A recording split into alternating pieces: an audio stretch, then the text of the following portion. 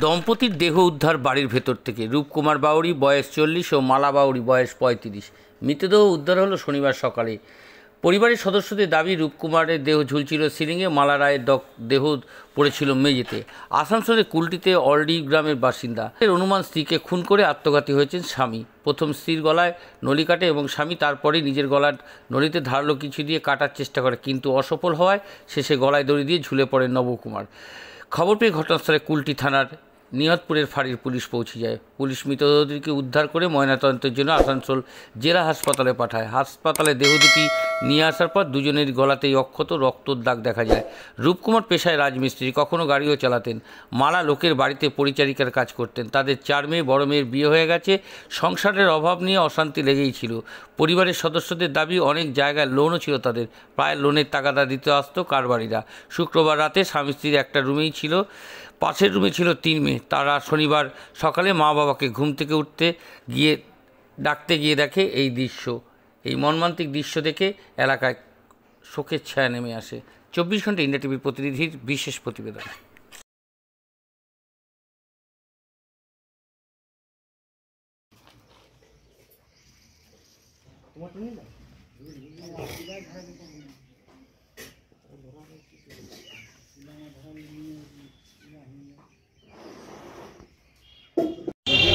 কি হয়েছিল বলুন? আমার সকালবেলা উঠে দেখি মেয়েটা ওর যখন কাজ করতে যাই, বাড়ির সাফা সুতরা করতে যাই, তখন যে দেখছি ছুটে আসছে। তখন আগে গেলাম, আমি তো ভিতরে ঢুকি নেই, পরিবার সব ঢুকিয়ে গেলে, তারপরে আমি তো শুনেই হতাহত করো। আমি তখন তুরন্ত আমি গিয়ে আমাদের পাড়ার যে কমিশনারের কাছে ছুটলাম, দেখিনি যে হট করে গেলাম যে এই পুলিশের ব্যাপার আছে, তো হট করে খবর দিতে গেলাম ওকে। আর ওরা সন্তান করলো পুলিশে, আর পুলিশে দেখেছে সব কিছু ঢুকানিয়ে। তোমরা তো বডিগুলো দেখেছো? বডিটা আমি এখানে দেখিনি, আমি যখন বাইর করে আসলাম বডিটা দেখলাম। তখন কি দুজনে গলা কাটা ছিল? তখন সামনেই ছিল। আর তোমার ভাই কি ঝুলছিল? ওটা দেখিনি না, কি শুনেছো? আমি শুনলাম, কিন্তু দুজনেরই গলা কাটা ছিল। তোমার নাম? আমার নাম অজিত বাউরি। তুমি কে হও? আমি দাদা, ছেলের দাদা। বলছি, আপনি তো এখানে কাউন্সিলরের প্রতিনিধি। হ্যাঁ, কাউন্সিলর প্রতিনিধি। তো কি দেখলেন এসে সকালে?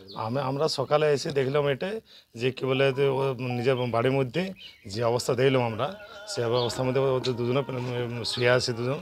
আমরা সেই পর্যন্ত কোনো বুঝতে পারিনি। আমরা পুলিশকে ফোন করি, আমরা একজন ফাঁস লাগিয়ে ঝুলিয়েছিল, একজন নিচে পড়েছিল একজন। তারপর যখন পুলিশ আসে, যখন তদন্ত করে, যখন তারপরে এই গল্পটা হয়েছে যে আমরা যখন পুলিশ এসে সব তদন্ত করি, তারপর আমরা সঙ্গে সঙ্গে সরাসরি পুলিশে।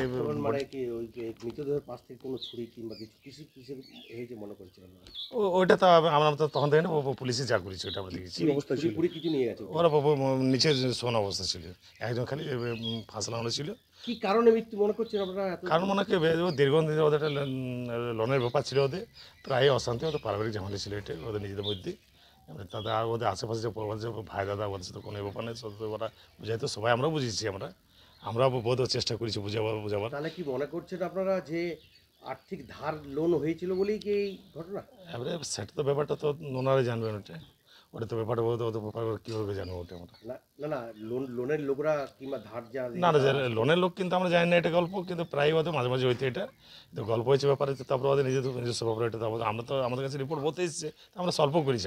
আপনার তো স্থানীয় কাউন্সিলর কিছু অভিযোগ পেয়েছিলেন? আমরা অভিযোগ মানে কি, ওদের প্রায় ঝামেলা হয়তো, আমরা ঝামেলা মিটিয়ে দিতাম। আমরা লোনও নিয়েছিল এরকম কি? ওটা আমরা লোনের ব্যাপারে ওদের ওটা পার্সোনাল ম্যাটার, ওটা তো আমরা বলতে পারি না।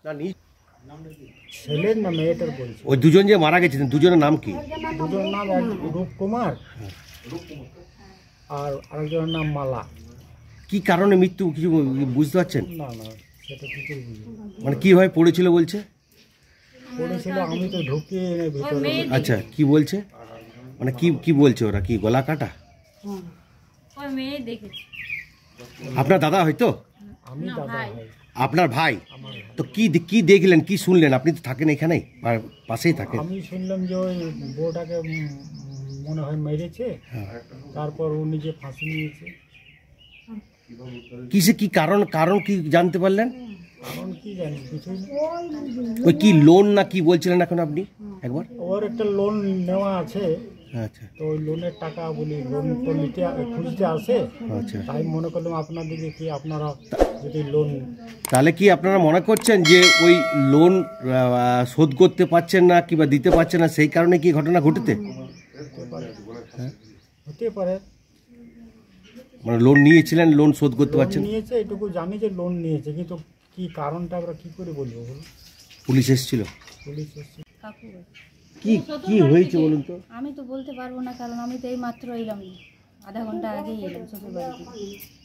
মানে কি শুনলেন আপনি এসে? এসে শুনলাম কি দুজনকে সুইসাইড করে নিয়েছে। কি সুসাইড বলতে কি গলা কেটে কি? ওরকমই কিছু। এটা কি কোনো ধার দেনার মধ্যে পড়ে গেছিল বলছে? লোন তো প্রচুর দেওয়া ছিল, কিন্তু কোথায় কোথায় নিয়েছিল ওটা আমরা বলতে পারবো না, তো পার্সোনাল ব্যাপার সেটা কী করে জানবো, না বললে বলুন। মানে লোন না শোধ করার কারণে কি এমনি মনে করছেন আপনারা? ওটাও বলতে পারছি না। আপনার কাকু হ্যাঁ, রাত্রে রাত্রে আপনারা কোনো কিছু এইখানে কেউ আপনার পাশের বাড়ির খবর পায়নি, কিছু পায়নি? না সেরকম তো কিছু শোনায়নি। অ্যাকচুয়ালি বিয়ে বাড়ি ছিল না, ডিজের আওয়াজে কিছু শোনা যাচ্ছিল না। একটু দূরে হতো তো বলা চলতো, সামনেই ছিল, তা এত সাউন্ডে বাজছিল কি কোনো আওয়াজ সেরকম পাওয়া যায়নি। আচ্ছা, দুজনেই স্বামী স্ত্রীতে? ওর এই মেয়েটা ফার্স্টে দরজা খুলেছিল, এরাও ছিল না তখন বাচ্চারা? ওরও তো আপনারা দেখছেন 24 ঘন্টা ইন্ডিয়া টিভি, সর্বদা সবার পাশে সবার মাঝে। আজ এ পর্যন্ত।